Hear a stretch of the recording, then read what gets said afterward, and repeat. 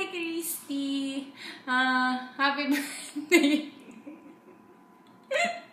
No, joke lang. I heard na titira ka na sa Davao for good. And yun nga, it's because of your mama kasi kailangan mo siyang alagaan. That's daughter duty, no?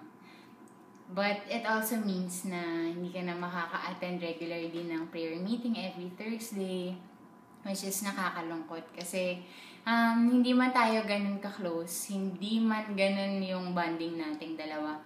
Whenever I'm with you, I feel na nabibless ako, nabibless pa rin ako ni Lord.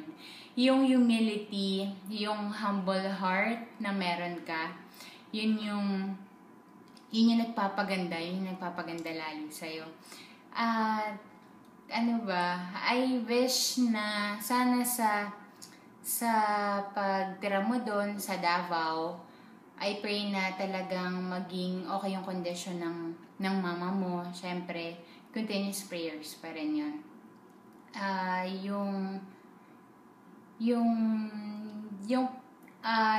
hope na maka-attend ka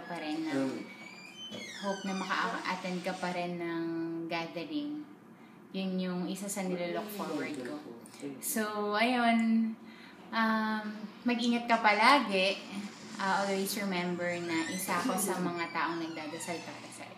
Yun, I love you, Ate Christy!